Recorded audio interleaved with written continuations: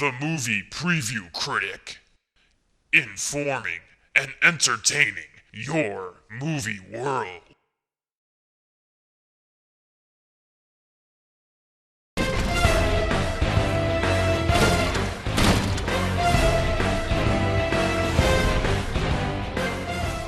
No matter how many times I watch the preview for Get Smart, I keep having the same reaction. Why is there a Get Smart movie? Is there a worldwide fan club demanding their favorite show get the big screen treatment? Or was there an internet chain letter forwarding around the blogosphere containing millions of e-signatures begging Hollywood to bring Agent 86 back to the big screen? Or was there a meeting of accountants and marketers in a Hollywood studio where they brainstormed ideas for movies that could be guaranteed to be a box office hit? That last choice sounds about right. In general, movie making is a scary business because you spend a shitload of money with no real guarantee that you're going to make it back, plus any profit. One way to stack the odds in your favor is to adapt familiar stories. If it's been proven to have an audience in the past, then it also might have an audience today. Over the last 30 years, especially in the last 15 or so, a ton of American TV shows from the past have been brought to the big screen. But do we really need these movies made? Once in a while, a solid adaptation will be created. But most of the time, it ends up being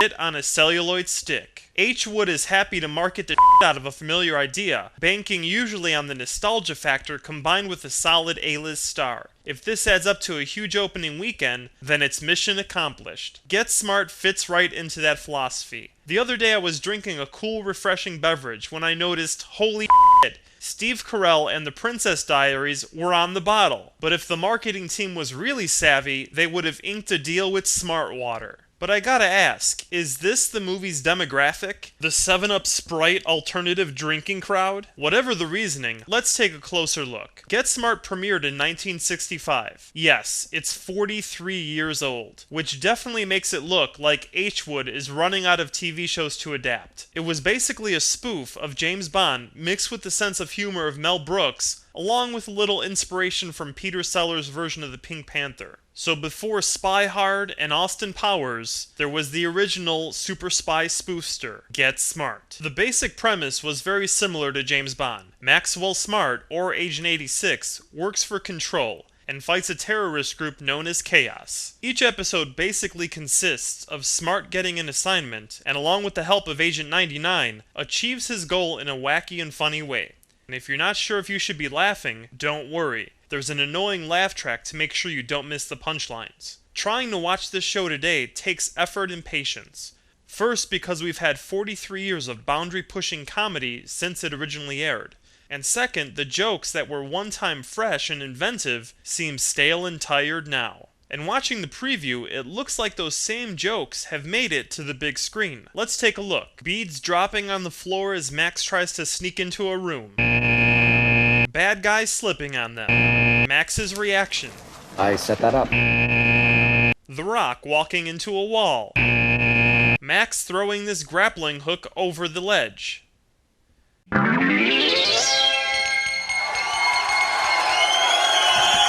Swinging across a building and hitting a wall.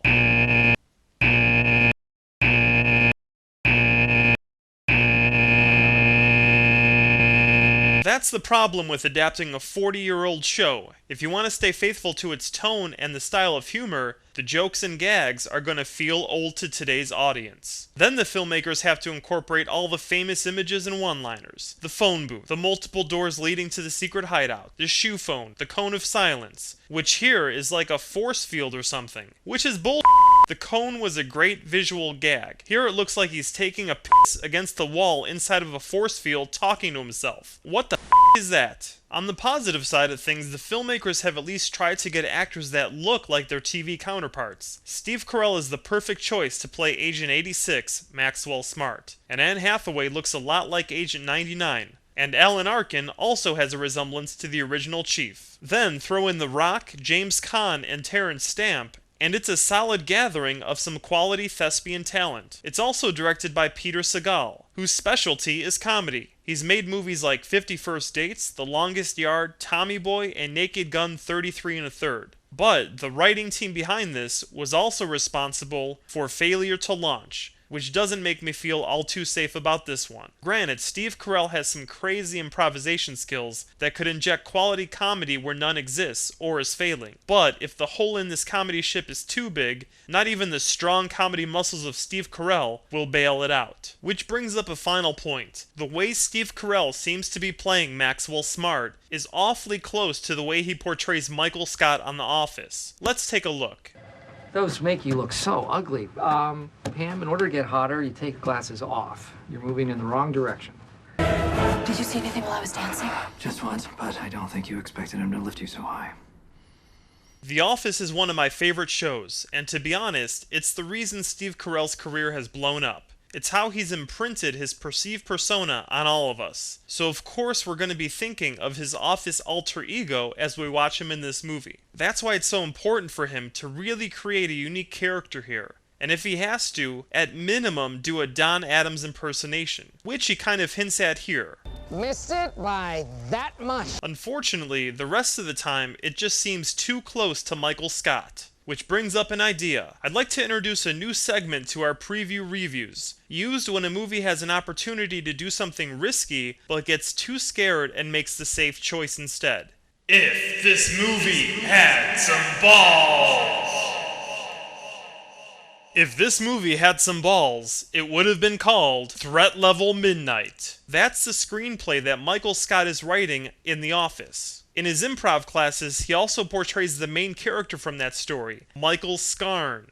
That's the movie that should have been made here. Michael Scott from The Office gets his screenplay made into a movie and stars in it. Because that's what it feels like Steve Carell is doing here anyways. He probably made this movie at the same time he was filming The Office, so it might have been a little tricky for him to get totally out of character. Either way, we'll only have Threat Level Midnight in our dreams, because it would have only been made if this movie had some balls.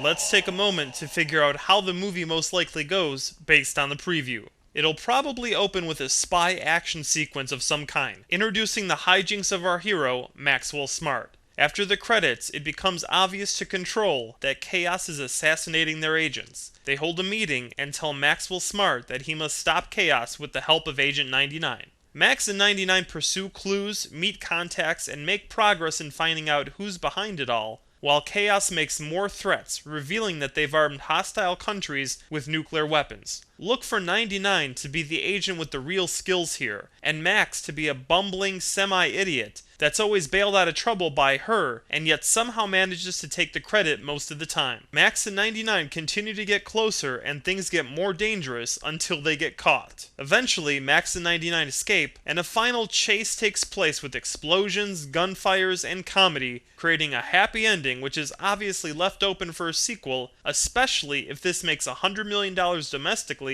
and at least another 100 to 200 million worldwide. The movie preview critic rates Get Smart worthy of big screen viewing, but since it's nothing that new or revolutionary, see it at matinee price.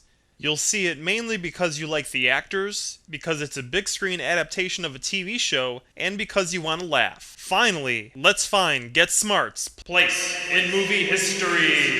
It won't be as funny as Austin Powers 1, 2, or 3, and Undercover Brother, but should be better than Spy Hard, Johnny English, Our Man Flint, In Like Flint, the 1967 Bond spoof Casino Royale, Steve Martin's 2006 Pink Panther, The Man Who Knew Too Little, and the 1980 big screen Get Smart movie, The Nude Bomb, which after the first week of release became The Box Office Bomb. So there it is, Get Smart's place in movie history. Until next time, choose your movies wisely, and as always, Long live good movies.